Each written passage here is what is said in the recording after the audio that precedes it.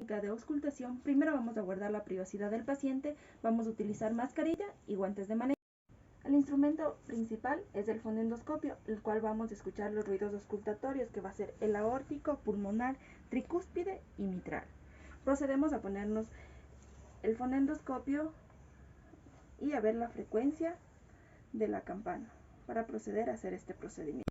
Vamos a empezar auscultando el foco aórtico. Este foco se encuentra en el segundo espacio intercostal, debajo de la clavícula, al borde derecho del esternón. Vamos a escuchar dos ruidos. El primero, que es el cierre de las válvulas tricúspide y mitral.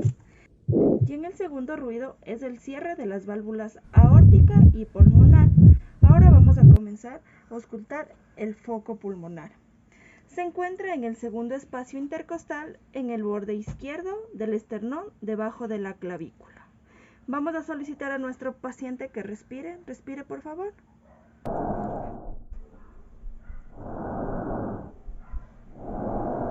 Esto nos va a ayudar a escuchar el ruido del foco pulmonar de mejor manera. Ahora vamos a escuchar el foco tricúspide. Este se encuentra en el cuarto espacio intercostal.